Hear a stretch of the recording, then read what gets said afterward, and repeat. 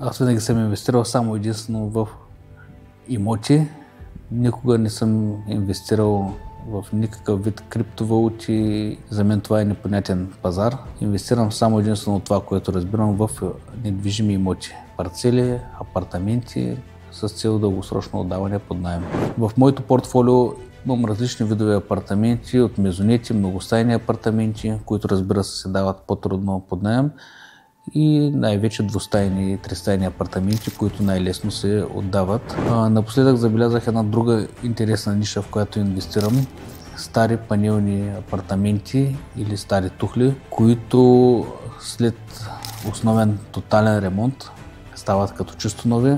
Мога да дам пример. Двустаен панелен апартамент, типичните панелни апартаменти, хол, спалня и кухня. Кухнята я преобразуваме на спалня, спалнята се оставя спалня и хола го правим на един прекрасен дневен тракт, и това става тристаен апартамент за 2 спални и дневен тракт. За голяма част от наемателите, след като апартаментът е направен в перфектно състояние, чисто нов, няма абсолютно никакво значение какъв е апартаментът, дали е тухо или панел. По-скоро те си гледат цената и комфорта, а пък ние като инвеститори гледаме нашата възвръщаемост.